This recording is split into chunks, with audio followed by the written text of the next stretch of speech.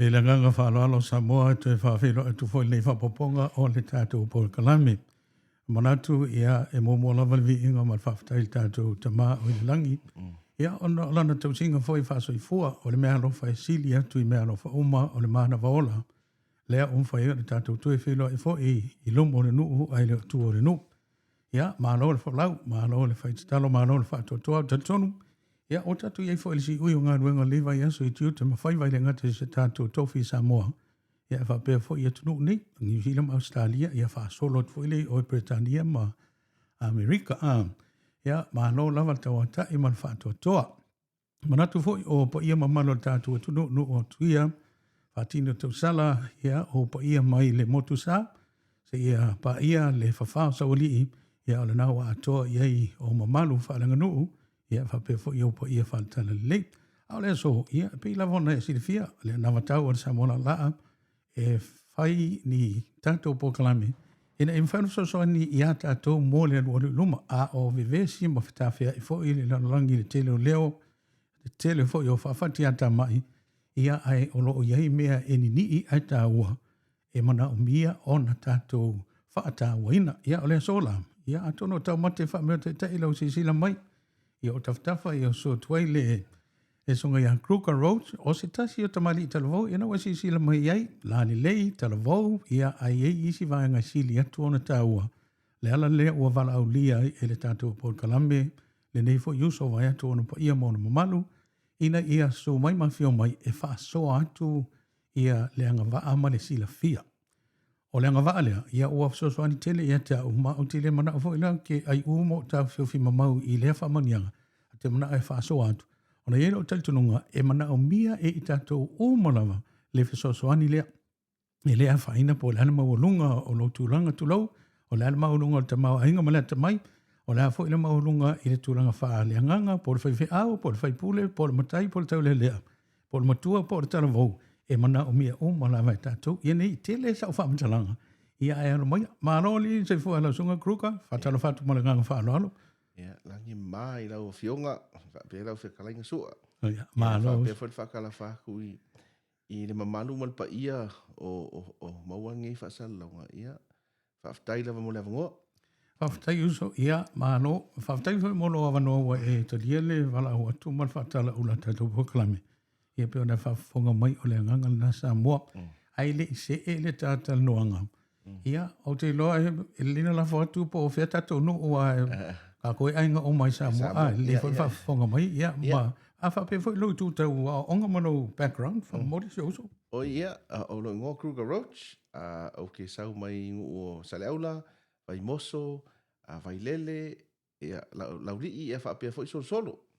Ia, o piko kaua o ngā ia whawhakaia, ma ngau se uka mā ia lelei ia o onga ia whawhkai le ia ngā whailau undergrad i lalo i Canberra University ia ngā mū mai le ngai singi e wha umai lau au postgrad i Sydney Uni ia pe o singa i le piko la lea kau human physiology ia ngā umai le mau wai ia ngai whailonga o as a exercise physiologist. Bālo. Malo whaftai, ia, le nau o whafonga le tātou tunu o, ia tātou nu i Samoa ma ainga, ia ainga o ma tātou, ua ale fwke whanau longotu. Ai la ma le tala noa i ma ainga ma tātou ainga. Ai la ma tala noa i le tā ua, o leo ke mga e vange mai le ako ponga le i a kruka. E whesosoani a tātou, peona o tā ua. E te le whesosoani mō so se tangata lava, ia, ai, Kruka e tete le i se ea, au te whiwsile atua le i lo wano le e ta alo whamni na fwoi tanto au te to fitu a Australia. Whaina misina o totonga le, vai ngana le umi a whamon mori. O ia, o Dietrich Roach, o le ka alo le fiku a Australia, ia ngā whamanguenga ia ngā saingi le lua fes furuiva. Ia ngā deibula ia Tokyo Olympics, ia whawhkai le li i malonga saungiungi ngā vangoa, ia wha langa ngā whainga pe ngā lavea langa vai i le November last year. Le ngā whailang ka o konga le ACL, ia aua whawhkai ai le li ua laua koe saungiungi aku mōre ka pengpenganga. Mō le amakanga o le ngei circuit o le lua fe lua lima ma le lua fe lua ongo. Malo, whawhatai ia nau whawhonga Samoa o le a tele nisi me ta ua e se atu i le tanonga i le soap. Ia ai o te manatu o le a tatu tuli mata ngau lo leu fiasina ia matatu vole le nganga le aso. Kruka la whauti ia lea mano e te amata mai lau sa noanga i mea e fitu ia la tatala no iai. Ia Samoa ma nau whawhonga. I nei te o tau ma te whamea te tai pe la matala no atu i le fitu hoi le olo al pusi pe o nei ei. Le ai. O le amata no i mea e fitu e whaingo fie. Ia ai e mana o mia o na tatou whata waina. Ia, wato nei avanoa te sau noa i amata tatala noa ngā man whala no so. Le ai pe lau sa ngoanga. O le a kongu le kāngau ka inga. O le manga o le ngei aso. Pe whaafea o ngā ua angoango hai. Le kele ua kele mai le malama lama. Le a onga. E le ngaka e maua ia o onga whaasangisi in whaatengkolosi. Whaapea fo i mea o maua i lunga i penga ta whailangi a onga i lunga. Ai o lea e sila fia lava. Ma wa aia pea. Le anga i ngā ilu mo le whaasolo le kele o mamai. O ngai kakauka ngaka. Mali, o so la whaua whamole. Toi whamanino hala usa noanga le mo le whafonga. O le ata mai o mea tau sa nisi ma whafo mai. O le tupu la. Tengkolosi ma whamatalanga i lunga o le social media. O loo whaatelina pia. Ai le sa alo sa noanga. I nā ata mai. Ai o loo pe o lehe mua i lunga le wa aole. O le mai. Pe o le esa o sa alo whamai. E sa o le ila lau sa ngoanga. Ia, ai longa i eise isi o ele ia wha inga po o paha ia fo ile a inga i le maliu ma le oti i wha amai pe i o le suka. Ia wha apea fo i le kānesa. E lo wha apea la a whai aku o la kakarkanu oe ma whai o ngā kako la kako kio inga. Le a. A o singa fiso soang. O iei fot kako ngā upo siri pui pui o le kau konfikia. Pe i o le mea la ngā o la uia ia piko la au ki sau ke fia fiso soangi. Pe a kongu iai se fiso soangi a wha pe wa e maua le suka. Pe wa e maua le kānesa. Pe iai se mea mwhainga e wha kingo inga lava e oia. Ia mwhainga koe wha fo iai. Pe a maka fo inga whaisau sawa le valinga. Ia maua le soifua malo o inga. Ma malo ro inga. Ako akua. Po le optimal health. Pe o le ngau ka inga ngā ia kia o le ngai kai au. O se mea ngā e mawhainga maua se ai fo i le kākou ngu. Malo, whawhatai ia, tā ua tele le naua e whawhong mai Samoa. A o le i amata ina me i e fitu mai le tasi o le fitu, te loi le omi. A e pe o na saunoa fo i le tunga kruka o mea whaingo fie. Pe o le whaingo fie o na whai, o le whaingo fie fo ina le whaia. Wan mea ngā, e whaingo fie kākou, ma me hapenga. Wan mea ngā mangai, a whaingo fie ke le po se whakau wha o se be kaunga whai. Ia pi e mangaku mama fo i whape ai e reia se ngai moio ngame. Mali. Ai o mea whatau waa ia.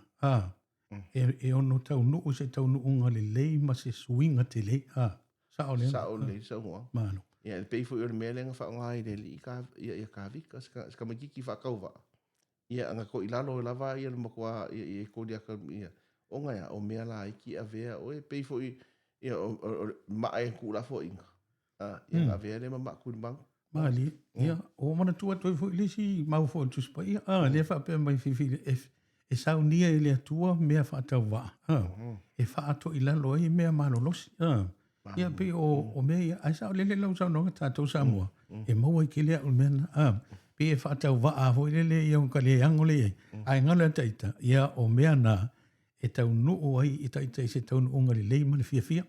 Ia ai la foto ia amata mai tata no nga uso ka me ia fiku po tata me foi no fa fo le ai e va vea ia po o ngai mea ia fiku po fa kapula ainga po principle of wellness or principle of optimal health o ponga la e le fa pela fa inkama o ko e fa ngo fia ia o la video o la fa ya ku lo fa pe mai mau kai mi e ngo fa longa foi mo ia me mo ia le la ka ko amaka ia mamale e manga vainga. Me mua. Ia, o sionga ponga lingi vai kai mi uruka. Ai mai se ka kou ia wala lai fafo ia e o fo i Samoa. Wangoa ai ka avale afi Samoa. So, o le ponga la wei, o sili e kwa ile mamao le ea lai fafo. E mo ia, o le ka ki ngofo ia kungu developed countries. Ke le fale fai ngā luenga, e wha ngā chemicals ma mea whapenga, le la wa saulunga le ea. O le mea langa ia, whaafewhea langa ka kong kamwhai, e wha amamā ia ea. Wailanga ia, o le ua kele ngā palapala, ia se o le mea whainga le walu ai numa, e o ngewa i kaimi, i ka maiki e maua le, i le maisela, le si whaka i ka inga, ko kele o ka maiki, o ko kele o ka maiki ia, e hola ai, i mō pafa ma mea whapenga, e kau, whaafo i ai lea fo, le mai leo le sela whaka i ka inga, o ngai wa ke le ma ngongo i le whainga, o le ea le manga wainga ka kou ngewa i kaimi. Ma no whaftai ia o te io ina lo whiringa lo ai tasi le mta au po le e mo io le la vea fo le levo o porkiki. Ai moni la, le vaenga le o le poluto le ea, pe ona e sao no. O ke whaamahundia le vaenga le kruka au mato i le area le Edmonton. E mauti noa lava o aso uma o te ruatu a whapena furuta wale watu whafo mai le tunu. E koru i kula muli muli. E koe la, kua koe pe fua la. Ai le se awana pe fu le tate no fuai. Ia o lono winga o se whaamahunga lea o lo matua parapala le ea o se e sa ore kala. Pei o le kalanga. Ai o fo ila, e mo i fo i ala i fafo. Ai mo kole ngi vai kaimi, ai mai se afa pe le ke ala la ngi usila ma Australia ngi kaimi ia o le winter. Ia ka pungi ka ko fale. E le ai fo ila se e a felesi e mwhaingo wha sa u kongor ka ko fale. Ma le si mea piko siring ka ua, ia ngā o ioi le air. So the air has to be moving. So o le mea la ngai, e maanga iai ka kou iai Samoa. Wa lai e makala ka ko fale ka kala, e saule sa vidi. So it's really important. E le stagnant pe le ku mau le air. E mawhai e inga, a vea fo ile maanga waola inga i kongor ka ngaka. Malo. Waftai, mia, o le ana le mea e, o whela tau te anga i le ea, le o tato loa silfia, ki lo so se mea la langi e se vangana i Samoa sa o le saunoanga. Le open house tato, ia koe kele ala au le, e ala tua tai au, ia mamana wale o kisene, ia ono o le watu, o le ana se, o le se amatanga. O le amakanga, o le me mua, i le mwhainga ko controllinga mea laifa fo le fale, pe nga o mea i ko kongu al fale, e mwhainga ka ko, ai mai se la, ia o kele fa o kaimi ma kala ka ko fale mwhape nga, so e whainga langa, purify le ea i kongo le fale. O singa so swangi ngai mea se lua mwhai. Yes, le ese lea o ngā o ili ko kongo fale. O ili? Ili, ese lea o ngā o ili. Wai o le ili ngā, e lua me ngā ki whai ngā ki whamingo inga le ea. Ko e longa lua. So se kangaka, ki kilo i lunga o le ili, it creates a stir, e a ka whai umai le ili ngā, ola se pefu runga o ili me whapenga. Po se ili fo e whaakui au ka whaili, e ke sida, e ke whaia, e o i kua o le ili. O lai halunga i lumare malo si anga le ili, o kua o le ili. O ngai ei umale pefu, e create. A whapea lola ke mei e kurunga i sisi la asanga. E whio lolo angai e purifiers le maua fo ina maa keki me whapenga. E au ngā. Ia, o fofuanga la, o kere fo i anga o mea su e kupe a kangaka. Pa e kankanga i mea uma, e kaunga i mamalama i mea kau filters po me whapenga. Ia, e fia maua la se sosangi mea. Ia, mea fo i le mai lau i lau sunga. Wa peo lau sunga le mkaka ese. A kongo maua fo i sosangi ngai kaukanga pe ama silingia ngā mea. Ma no whaftai. Ai le se atu whaenga lua, ia sao le sao noanga. Ia pe o rata i ta ngaduanga o le whaasoa atu pe o ne sumo i uso. Ia lo sila fia, ia awalenga le wanga e te o le awhaisa o tala muli. Ai o le au ngā lau tele mo se tatou whafonga. Ia, ta se atu lai le si vaenga. Ma e longa lua. Ia longa lua le vai ma. E vai tau mafa. Vai kau mafa. Ia po le vai auli. O sionga ponga, le me mua ngi, ai mai se kako. O kau le inka ka koe fia le vai auli. O maa ngai o le kofi, o le soft drink, po le coke, po le pe o le mele ai o le whakau inga, e ongo sfuru le fiku sfuru pasengi o le kingo o le kangaka, o le vai. O le vako ama le leiloa kaukala, Samoa, o le vai ai o le kangaka, iwa sfuru pasengi o le mamafa, o le vai. e sela le ka ua le vai ki ngor kangaka. Ma kua i ka ua. O le mea langa, i aso uma lava. O la uia sosoangi po la u sosoangi ngai kau kangaka. E kauanga maua se lua po se awhalita.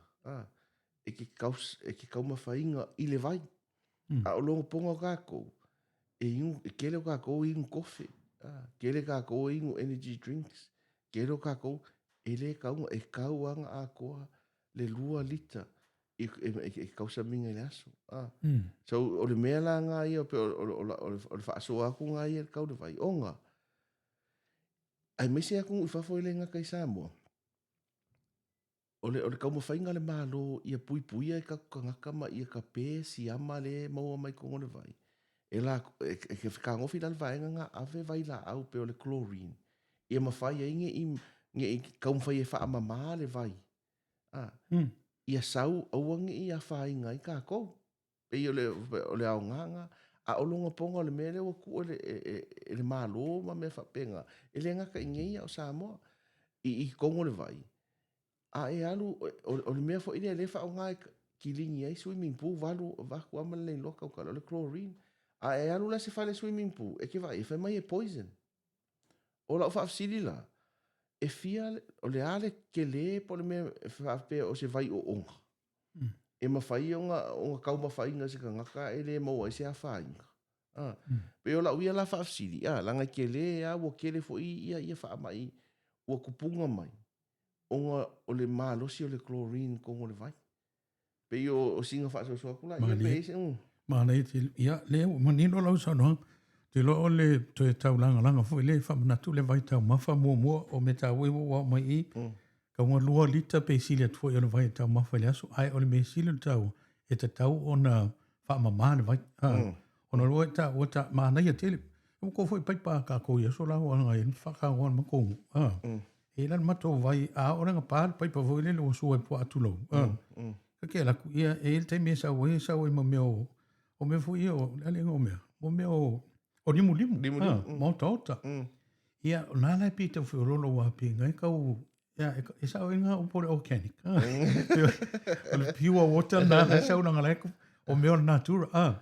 Ai fu na ita to vai o sa o lele la sa o le si o coffee ia o le si o le VP. E mixi le aso e tasi ai mai se le weekend. Ai ta tau ana lua e lita pe. Ai mai se la o paipa ia fa ngata to nei. Ia pe o le ta ua le kruka o le.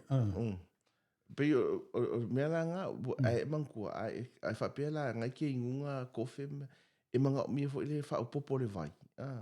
E mawhai ei o ngā tai lut mea ngai koe sau whafo mariki ngor kangaka. Ai pe o le mea ngai ia wha mawhai ei, ka ua i o le vai ki ngor kangaka, ai ko kelo ka koua le lava le kausa le ingu vai. Ai le ngaka inga, o le mama o le vai le ka ke ingua. Wa le amaka mai le vai paipa me whapenga. Ia o ke langa whai kako mai, e whai ngofia, le whakau mai mako whangu vai e, whakau mai bullies ma kousi ngei. O longa ponga. I plastic. Ia ako kanga i fwoi lai plastic e o iei whangu ngei vai kaimi. O vai ia. So o le ponga la, menga le pa o me whapenga ma ngukia pe susulungia fo ele la. Nga melt le plastic ngai ko kongo lau vai. Pe ia o le a whainga la, ia ngai kausa mia fwoi la ia. Pe o se mea la ngā ia, o le soso koi, ka ua i o le whaamama. Pe o le mea, ka ua le whaamama o le vai. Ma leia tele whaftai uso o lai whafawatatu tunu whaftai le whuna saunua. O le tele o mea la tatala noai, o mea ua sila fia, malau sila fia. Ai a tonu o le whaamanatu. Pero foi le kaulongo longo i ko po fa ko ko a tonu la fala to fa manatu foi tato ainga ia mas foi ia muta ua o le vai o le me mo na ave ile chlorine ia po vai la au ia ina e tape ele siama a fai e pe ele siama o lo winga la e ono afia i foi toto tai la ma ia fa ma ia ma le lona lua la o vai e kongo plastic. Ia o le mea ngai o, ala ina o no inga o mea teise vai o le plastic e ono fo il tin. Ia, sa o le. Ma lo whaftai, ia, o le ala lea wana leo e sa no iei, o le... Ia, le mea whainga leo vai, ko o kele i o filters, wanga ngoa i filters, ma Pa o la uia ia ngau ka inga ia mo kako. A mawhainga purify lau vai. Ma kua i maanga ia ke. Mari. Malo, ta o lo fisili la uso i. Pea fa pela fa fonga mai tato tunu a ia tato ainga. O le sau noang a fai o la ui ai le masini fa mama ai le vai. O le leina mo le amata. Wale. Peo se amkanga le leinga mo la sanga ino. Ai a fai e mana o mia se so ni se fautuanga po le ale tuanga masini wale na sau no e tele masini. Ia mwhai falanso ta mai ta ua. Ia ona walanga ka kile o whakaungi masini ki o whapera. E masini e rauri e kau pusu mai. Ia peo nga ave masingi e lua whakaika inga nga ave mako masingi e kasi mo kaa kasi nga ave i solo. O le senga la o makongu uso solo ele mika inga le vai koi ele la se vai la au ave kong. Au i fefo i moka e sau mai i mangyang ia mangkua la kile. O le senga la o mei e lua. O le mangongi o le vai i moka. O le mo kwa i malosi pe a malosi chlorine ia po maki o inga pe o fua sa o ngi fuanga po angi me fa penga o se sa ai kongu me fa penga o le senga la ele i solo ele fa vai la o le mela nga kai minga sui ai filters i solo wa kwa i limu a kongo le filters usa o mea ia le through mai le ka o fi le filter au i moka ia sa mo kwa enga mo palpala onga o vai e sa kongu ia peo singa o soangi aku ngai i le piko malo faftai mo fatetai ngana o fatetai ngamoni e le se fatetai ngam leo tau e ofo lai Samoa ala o fa o matu ala vai ngalua uso i le mele o le tatau ona e po le ale mangingo walanga e le sa e recommending le mako fiota le wai ai kako testa inga le vai sa i loa ai o lai manino ai lau vai ma lau sila le vai le ki mo le paipa ai o mana wha ngā le whiota lea soli pia lango kokola o te lau whailanga i luma o le ata whaia se ata e wha manino ai e le lei wai le lei ar sila mai ai se taimi ia ai maa rau whaftai ta se atu le vai ngolon tot ia malo alfa malo si ale ko kiki au mga ko o le ave sulu la o le ese le ka ua o le la ngi vai kaimi ai se pe o le mea o se au ia mo mua whaafsiri le angoa ngoa i o kakangaka ngai whai maumanga i aso la e whaala la i le aso ako ai se a e whaalongo i sa mo whapea mo se si skin cancer po le kānesa o le pa a le uka ko mai i a kungu i whafo ua mokua i ko kele fo i a kako ua o le melanoma ma me whapenga i o ese o ingo ese umai a leo o le kānesa lea so o le winga la kala e au ngā pele au ngā le la morkangaka ia o sia uia la so angi vai e whaka ua kere aisea aisea ka ua ile la o ngā langa me mua o fofoanga le ali me lunga lunga ai kankanga ingi mea piko siria o le home o le vai kamingi po o le hormone o piko siringa ka ua i kongo o kino kanka o le vitamin D3 ai va ai o kele o kanga o supplement mai va ko le fala au le ingo e sa vitamin D3 o ngo fefefe ka o le la fa mai aka ko umi kene ka ko la ngo le la ke o ka ko mo ai le mai ai ile fa atu tuanga le me pa ku sisi ku e mana o mia e tatou le suno la o le mo ko fa ka ko ai ka ua la vele ola so fua malolo inga ako ko kanga fa fele me le wei la sa mo pe wo vela tu ia so la kruka wa ma o te matua so la kile sau i Australia ele i lufu fitu lufu valo ko sa ia ka ke alu mo ka suki le lokula sa le vela ai ta tele afu wa ma sani a ko la kungi so ma ka ki ele pe o tapo tripo le vela e fa fela le swing na e las foto pe vai pe au ka ko le kele au ka ko le pa u po le kingo ka sa moa po mo me fa penga o e ka ko mel no me fainga nga handling ai pa o le winga o le kala e fa keke ai o le fefefe pe o le mele wa ko kele ko kanga ka ngai ai me ka pe o ngau ka ko me alofa Australia mangi usila ia suile ia la ku sa mo pai ai pe e fa nga inga o piko silia nga ia ka ko mala mai e ne whaapea la e laku ke whaala. Ali. Ali. Mau o le au ngai o le early morning sun. Pero mau sa usfulu 5 minuti ke. A whaapea fo e oskanga ki whainga ruenga i le la. Ia ele koe mga o mia la so walo ke whaala. Po se pe whapenga. Ai pe o se au whaasoa la kiki. O le ale au ngā o le la. Ia uka ko whaalonga ni whaama inge. Mai mau lunga lo cholesterol. Ai ngai a fo. Koe i kere me mau lunga lo cholesterol. Ai maka ukia fo nga le ali. Va ai ngai le ai mau lalo lo vitamin D3. E alu la ke whaala me whapenga. E alu role malo si roa avere la po se sudu la pa urkangaka. E kamo e o mea ngai wha liu inga le vitamin le cholesterol le kongo ki into vitamin D3. Wow. Pe o le mea la nga se mea wha e siri ngā lo le kau konfikia me whapenga. Ai pe o se auia ngā ia ngā oa ia a whape kere whape ia whamari ako pe a whape o salas kauka. Ne ele wale sa e o ngai me ia mau te lup. Le foi na e sa no e le o tau un forma ia ai le fa tu so foi so ko mai lo o lo ke fa mo ia tu ia. Ai o le ta o me le lo winga e tau na so 5 minuti at least. I le aso e mo sina la. Mo ai singa ia. Pe fa tolu vai aso. Pe aso uma lama. Ke fa foi. Por me foi. E le fa pe foi la kapula ia ke alu ke sa fa ila lo fa foi la. O le avaku le mo nga ka nga ia ma i po le ia ku i fa foi. Ia e le fa pe foi a malu nga e alu le fa foi ki ngo foi. Ai manga ia le mo singa la i kingo. Fa kaula ia e mo ai foi so nga. Pio le fa paling. Waranga i foi le mele e tanga tu vai malu e so la fa no ku tatu fo fa sa mo. O tau la sia. Fa mai ua mau e le mumu. E fa pe le mumu e mafua i over la.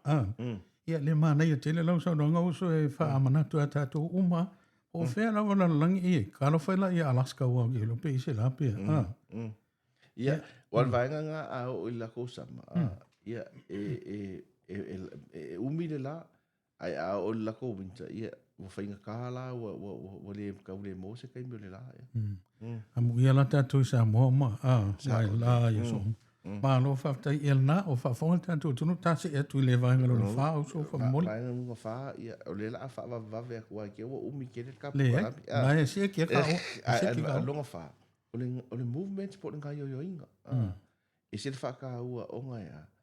Le a mea nga wha ka ua le mea. Mea nga ke so se fōma e wha mai ko anga sa vati. E reo wha pēr la ku whai aku ki aru ki sisi.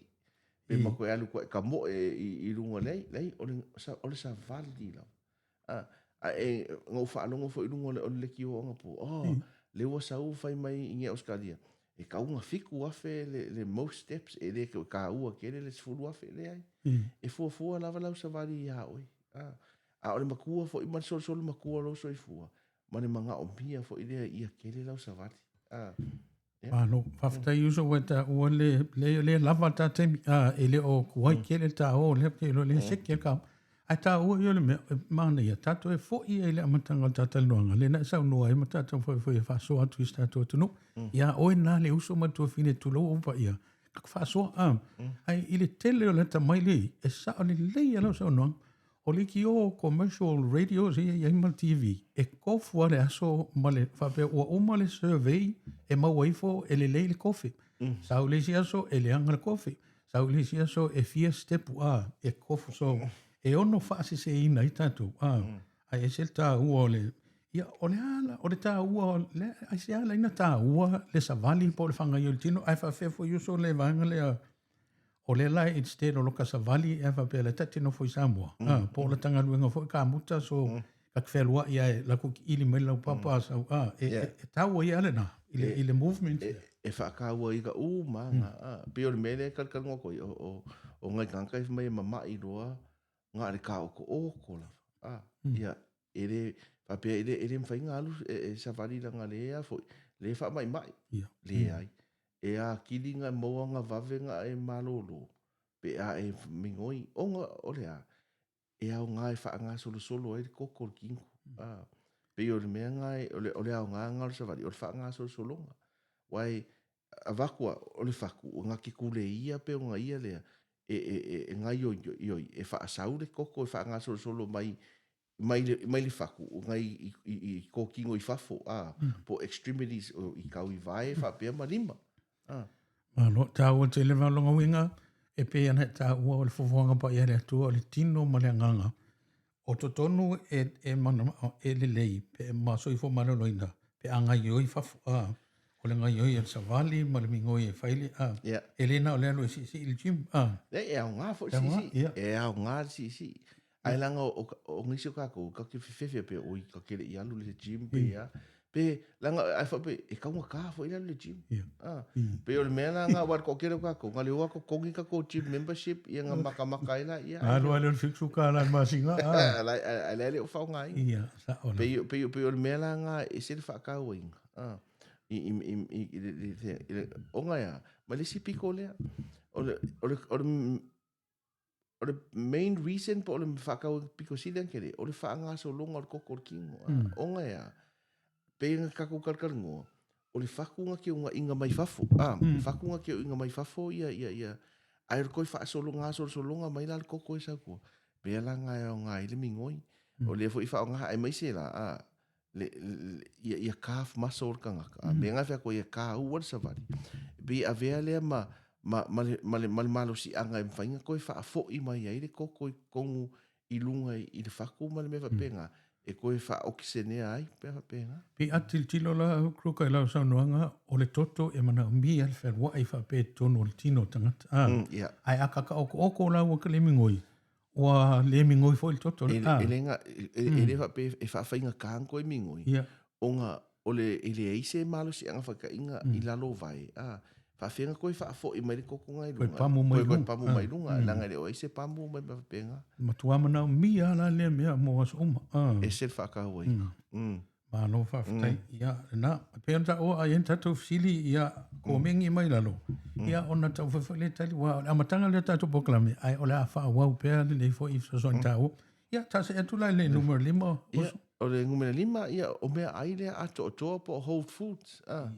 O longa ponga pe o le fili ale o le kama o kako ia pe o le kausamia pe o me o longa ponga o kele ia vai la au male mala anga fa sainkisi pe fa afenga faingi me ai ine ma fai ka ko ke e ale mangai pe o fa inga langa ia pe ka o ma wai ko kele o kako whaapea ka kou le kau ki kau sami i mea ai masangi ma. Aia, wa kele le malamalama anga whasaingisi. Wala kau suia e fo ia chemicals ma mea. E ave i kongo mea ai ia. Ia mawhaire ka kounga le. Ia mawhaire ka kounga ke ea pe we become addicted to food.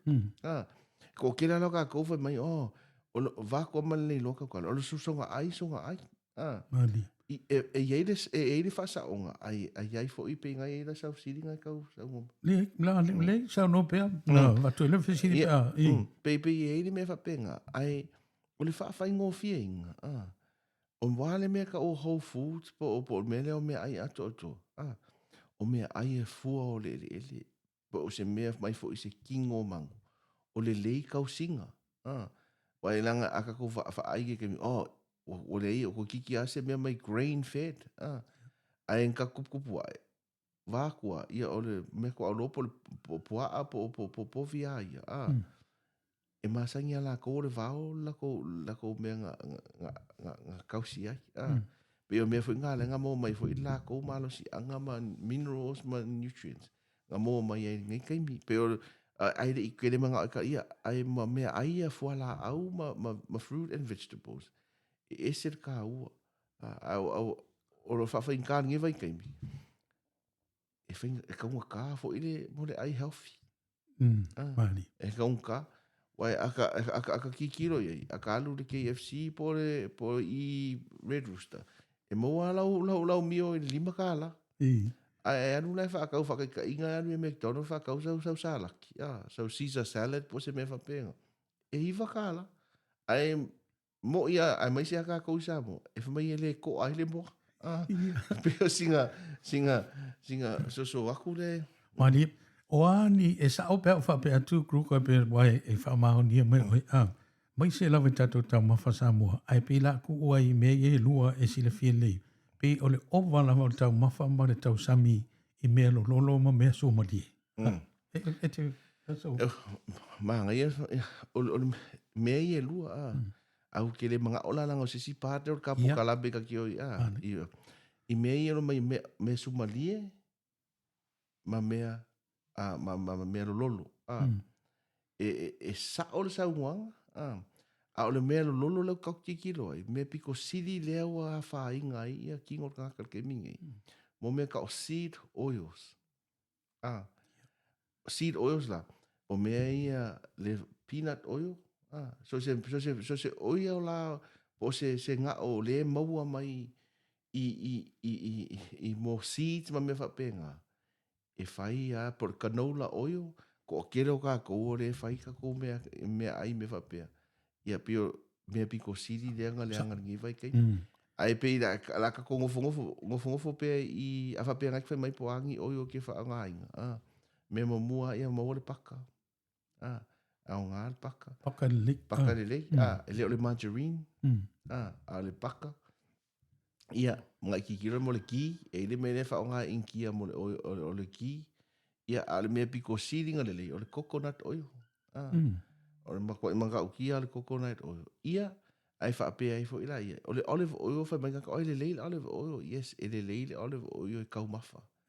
Ai le au ngā mo le kuka. Mahalo, whaftai. Kasi ala o silpupo o tase e loe le siwa e ngano naono. Ia lo te umi. O te manatu kruka i lau saunoanga.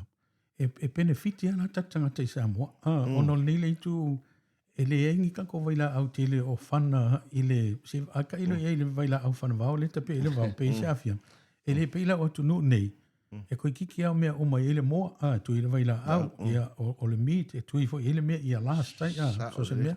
Ia o fo ilai fua i fwala au aina fwala au tau mawhamata. E wha pēnā fo, ai o kā kou Samoa, so o le whamani ianga lava lea wai, e lele mea alfu ia aile ku awa, ia laku whapauru whaku awa i, to e ola el ku awa, e ola mai ana nātura. Sa o le lau sa uanga. Ai pe se e mangko ele si makar kan nganga maris kamari i ka ko nga saula sko inga mai e ala kruka fa mole e ala pe ka ngoi fai mai se tai et mo ka ko sa mo o le winga la ukala e au nga yo me ai fa sa mo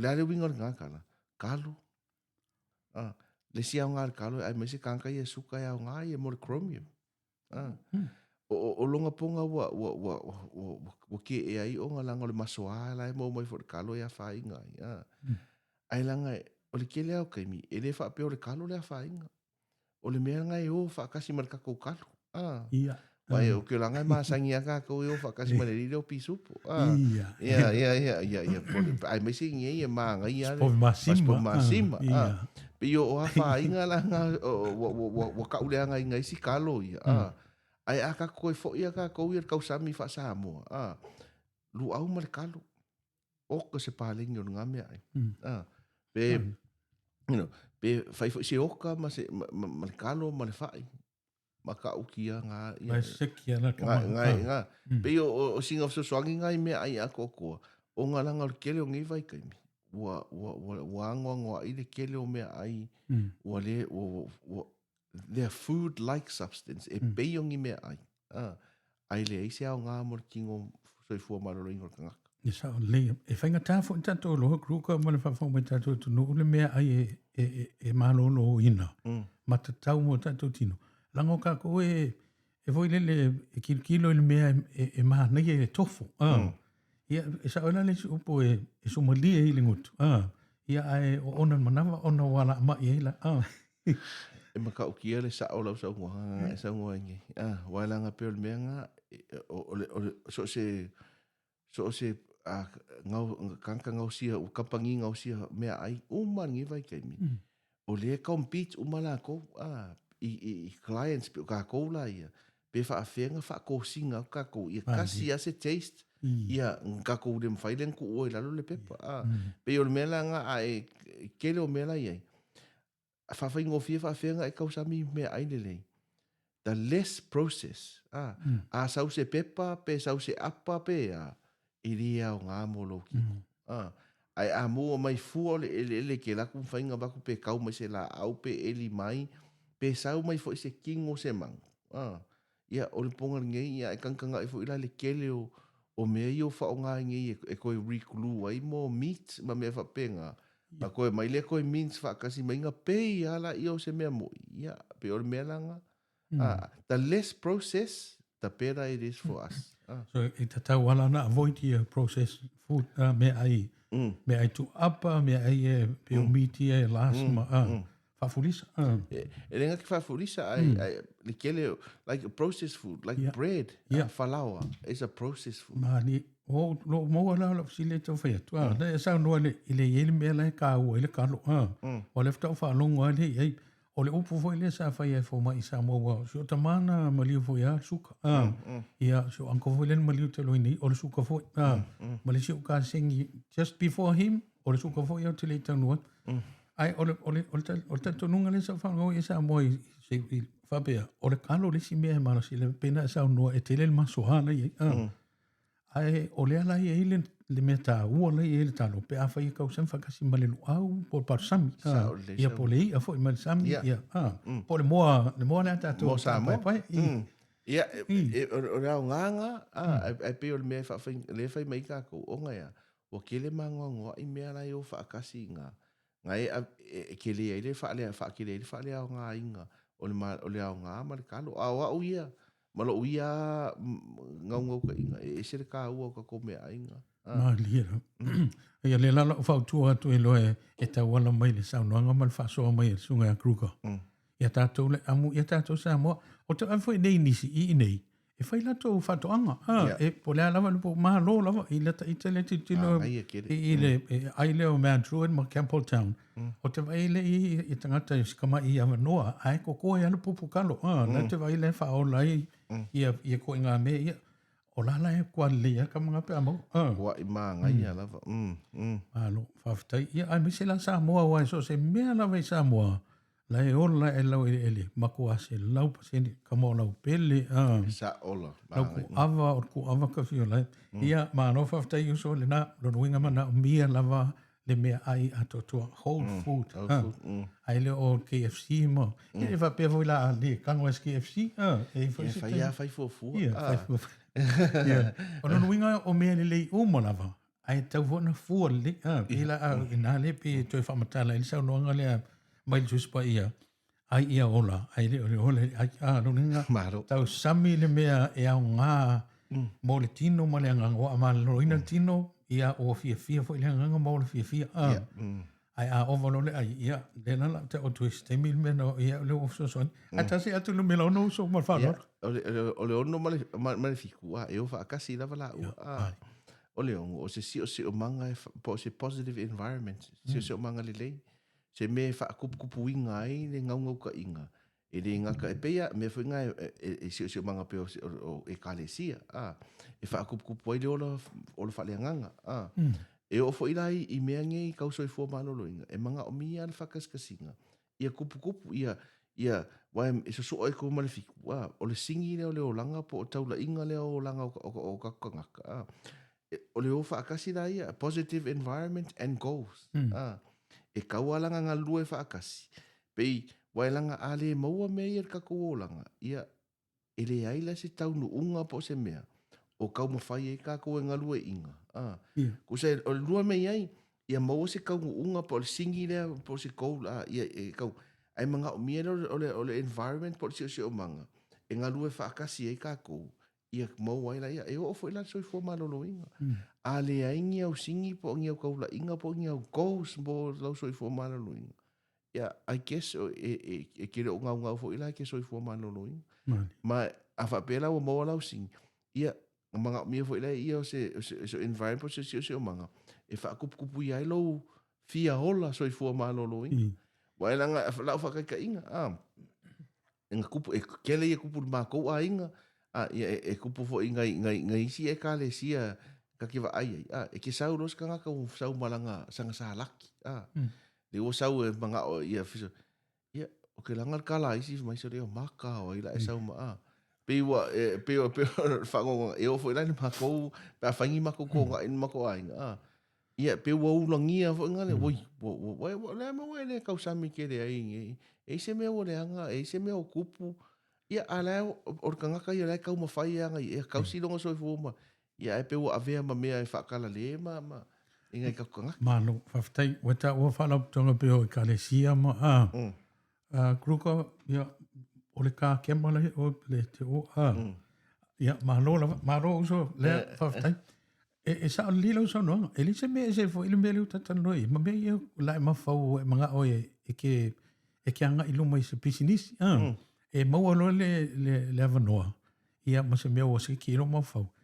Le fai mai foi lesi ia o foi a wa lava e fili wo wa e ke waku lo malo fia le la fam tala tu lo wo ia o le lo mga o mo afe ka o ro mo fai mai ia good luck good luck e fa pena le sa le lo no winga si fa punga e ton sa ilita to wo e te va apela matela inga e sa lo fo tu anga la fai afe pe matela inga total no ia tamama tina a mai mal whanau whai le tala noanga po le whono whaleainga. Ia o leo wa ai o la po a kere kama leo tio ma. Ia o leo mai whai whau mai o laka inga suka. Lili a toa luas fulu. Ia. Pela e na whai leo se ina ia loto mahali lia uma. Ma kasi le me loto ia. Wa a loto se e se tangata. Ia nga moa le ula le si e le mwhai lana tau nuu se. E le mwhai nga whaakingo e whai nga kā kele. Wai e le whaapea o ai arkanka maa losi longa o lai kausa me lako ai nga lai ai me lako Kentucky resi piko a lela ango fuko ai lau sa laki. Pe o le mea whawhainkaanga a whaapea lai a maka mai kongo kako sio manga. A maka mai kongo kako a inga. Pe o lau sa nguanga. Ia, ai mai se ia a vea le maka i kai o kako a inga ka maa whaapea fo i marikinga. E ngā lua e whaakasi malwhangau. Onga, o le luma ngai leo kako a inga ia le ngaka i a inga. Ia, pe o Malo so whawhetai. Leo tu a se ia fulau sa nong ai. O te toi fia papopo toi melua sa no le a inga. O le a inga o le unite sili o na tā ua i le lalalangi. O apo a lava whaala po tonga umo i le lalalangi. E le mwhaina i ei pe ana le a inga. Ai ese maa naia la tau a mata tu lai. Ai whaku kruka ka whewhi se maa naia. Pe a whape i se au lotu. Mai se kako au lotu sa mua wai. Kile lei o mea whai. Ai mai se lava la mea e whai e tau mafa. Pe a whape ki ua halu lo whape mai e whawhenga hinga po tau simtanga lunga po le whai whiau. Ia o tatou, ia po le kopo voi mako e kalisia. A whape mai a kako activity le whai la stona e le whaamna tuina la so tina. Ia e le ai ni mea na o mea healthier. Whiwhela pe am whaina a mata whapenga. Ka whio lai se mana. Ia, wailanga o le whawhainka o le po le hakongu lava le ai peo lau sanguanga. Yes, whe se mākanga o fie pe anga mawhai. O ngai le whapeo se fua e fua mai ai o longa ponga o fua whapenga. E fua mai le ola malolo inga o kako. E le fua mai o me whawhainka ngaunga wai ia ni community po whapenga. Langa i le mawangi la kōkupe. Langa e le vai koe wakua ka uia. E le kua se la ko fale. Mahdi e uso. Ai mai se foi la tu langa le o la foi sa noa. O tātou la vai sa moa. Ia people mātou whanau la vele whai nei. A o tala noa mana i o uso foi mana i mātou cousins i le wha fufuanga le wha moe moe. O te le wha pena o maa inga. O le upu alana whai whanau longa ma mea oma. Ai wha mulinga i le upu lea. O le la walo. Whai mai po le na wale e o foi whai po i ponga ma.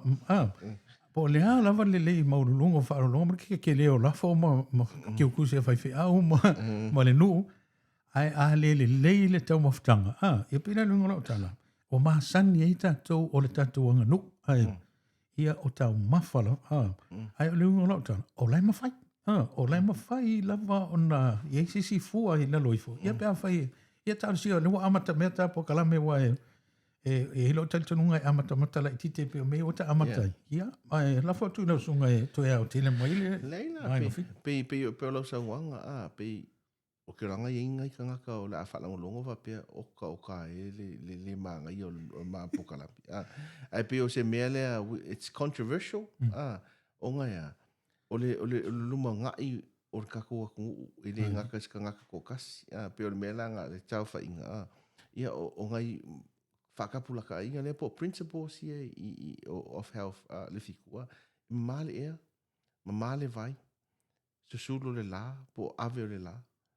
Movements po ngai o inga. Ia o mea ai ato toa po Whole Foods. Si o manga. Se community po se environment e amakai. Positive. E koe ngalu e whakasi. Ia, male mele, po le sini o leo langa po se taula inga. You need a goal in life. Mea malava. E le ngaka i lo soifua malolo inga, i lo wola wha leanganga, i lo wola wha ngaruenga, la wola wha pisingisi mea penga. E manga mea umasingi. Ai e uleana mea la ama whai e isi mea, e ofo i lo langa ka alo mea wha penga. E whaka ua inga lava le ia maua le singi po se taula inga o ngau ka inga i kama ka alo por kaka. Ai pe o, ai se i, ai manga i ka whakakalangua.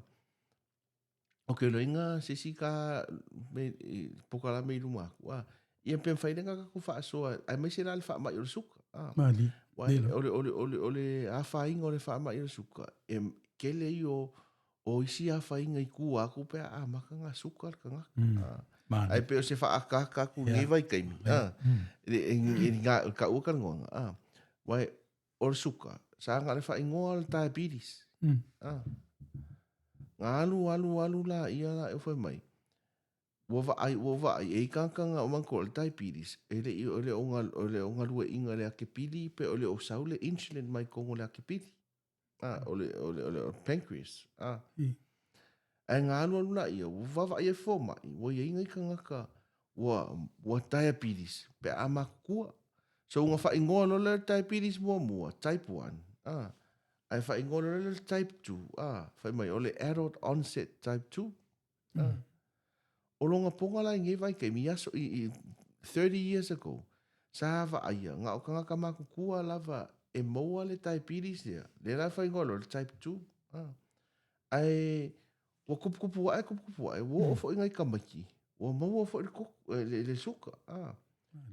Le la wale ko fa ingo le wale ko fa ingo e no ole adult onset diabetes po ole suka mo i ka makua ale wo fa ingo e lo type 2 ole longa ponga langa e wale la type 1 type 2 ia ole sila me piko silinga o fia fa asoa ko i se ka pokala me lumanga ole type 3 pe ole me langa le wo kele mangonga i le saufo ia wal type 1 ole mea ole insulin resistance wale mfai e kingo nga koe a whainga po produce pa au singa mea mea mo whaaka mo sesi po kala mo kua Malo whaftai uso sa noanga ia mo le silifia e le no whanonga tu e sa no pe sisi ia o te lo wai so silifia fo i kruka e le o tangata o mai talia se me e le ngata tapo kalame ia whatai ta inga e o lava i le whaola sa o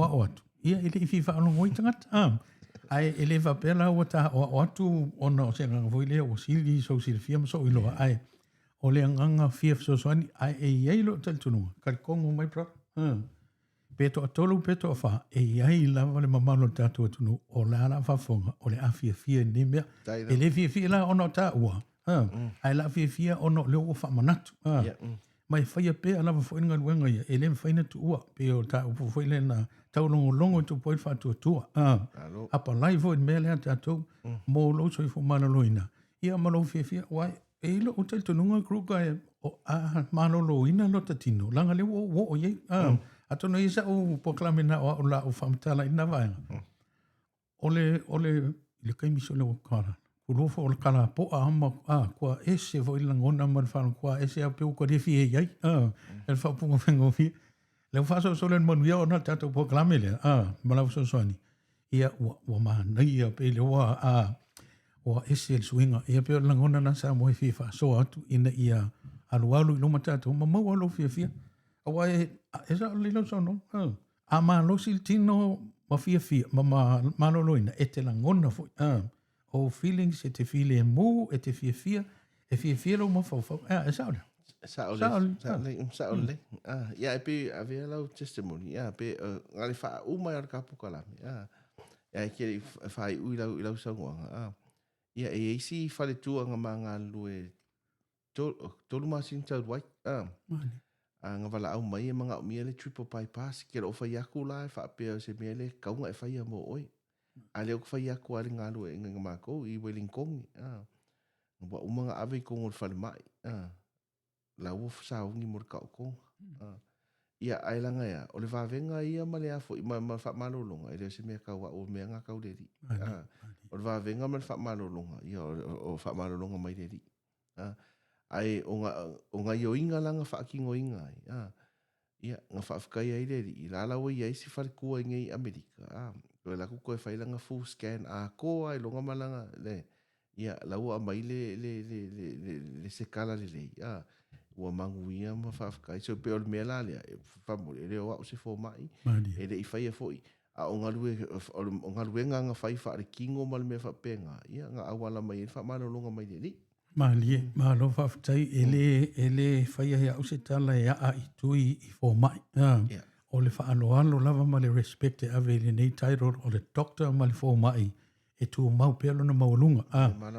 Ai ma, e ei fō mai i lo utel tununga. E pau lava le mea lai e mara system al vaenga lea. Wao ke le mai ta o leo te lo te lea ni se le fia. Pau lava le wha moenga o le pisingis. Ia tau lia fua la au laku recommend. La vale o maua o le mea lea. Ave fua la au le inu a le koe ka umai. Pe wha pe na. Ai o lo leo e sao no manino o so whaftai lo whininga lo mauna lo. E le o e se fo mai. E te le fo mai ai o le iai lo te le fia. E leila se mea sili lo tal tununga o leo e wha soa. E o foi lai te o le iso i lo wha fo mai. Ia ai e mawhaina o wha soa tu pe o le taha ua leo tatou ta leni ma pe ona saunua. O sili atu lai le tina lea. O lai so i fua tina le i American Temin le. Le se e mai songa sanga testimony o sisi ka kalunga e wha adia kuidu mao. Wailanga pe o le meanga o fia lava. Ia o lomakua. Ia e whai asi pisi. Koe e se le whaalongo lomu koe si kai mianga mea kausampi. Ia ai pe o le mea langa. Ia ua e momua avelvi inga leli. Onga ia. O ngei mea umau whaakingo inga. Ia o whaakingo inga lava le ilo ngā lofa malonga ngale. Malo. Whaftai uso lea te tau a pāpāma e toi whafo ia lampalapa malo i lea tua. E ana mea lofa. Ma pe ona o ta ofo iau ia. So se mea lofa lava po le ngana, po le tautala wha Samoa, po le ingilisi, po lea lava, po lea lo tofi e ngalu ei. Ai a whai o lo whai e isi a nganga le lei, ma lo fia au natu i tangata. Ai lei whai mai, e o lau au nanga i au soa tangata, o lau au nanga fuina i le li, wa o le fina ngalo leo le li. A whape am whai nina fio mai e su, i le walela a fio mai skan. Ai a whape lei i e tato whaola, o tate vai. E alo e tala noa, masau noa atu i tangata i mea Pio ia, maha lo whaftai. La fotu il ni ia wanoa e wha umo moi e tau poklame. Ia, o na moe leo toa. Ia, si e fo ili sistemi te wha wauta, poklame o whanalo uso. Ia, mua na wakul whafkai lau whionga. Nge ewa ngoa maka ngō whio, whainga karka ngoa. Ia ai, e waku fo i se kua lalo, mas wha maua lalo, se upu wa sala, po se mea ua le mawhainga, sa wa i le au nganga ngei kangaka. Ia, la foi upu nga foi ngule au nga. So ia whaafikai la mo le avangoa. Ia ai o ke rainga la ka whai kalka ngoa. A whapea ka wai maai ka ua. Ia ai lea la ka whai pia. O nga ia. O le kalkongunga ia maua se ola po se sosoani. Ai mai se a le pikore ka kongaka ia. Whaafikai la. Mahalo, whaafitai tene lava Kruger Road. Ia o le nā. Peno whai no atu sa mona wai whaafonga. O le a tele nisi sila fia manianga waa o le a whaasoa atu. Ia ana wai whaafonga fo isa muli mau ni pokalame mo le anga i luma. O le a maini wha mau ninga ia mani muli mau. Pe a whai te mnau mia so ani lea. O so ani lava e moso seis. Ma o te tonu fo ia whai maa die lau whaafonga. Ia whaasoa atu ina ia uso mo ainga. Ia pol whanau fo.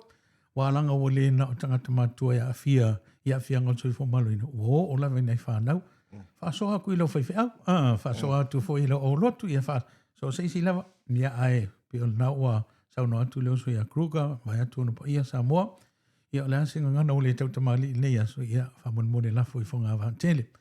Ai e te tununga ia o mea ninii ma le whatau waa. Ia pe al tala fo i lea i li whaua roma i sa so tasi. E pe o le whatu sa fo i lea o motu ngā awha. Ia ai maua i le awha ki lea matua me ina whau mai le awha mo meo whasi awha. Whau i le ta ai ngā awha le tui ina. Awe lo whau i le maota.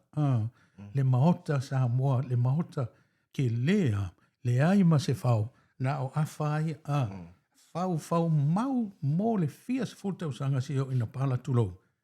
Ai na amata mai ia. Ngi ia ka mai makofi ia mai le ia. Le na e whape na fo ise nganga ne aso ia o te lo Samoa. Whalava le amoa, whafte tele lava, mai sunga ia Kruger Road ia ma la to ona nei, la wale sua, whafte tele lava Samoa, whafte se mai a manuia o whaiwana whilima ne aso. Siga tātou toi whila i foi, ai whaso i foi ia, mōre nei tu la, so i fua.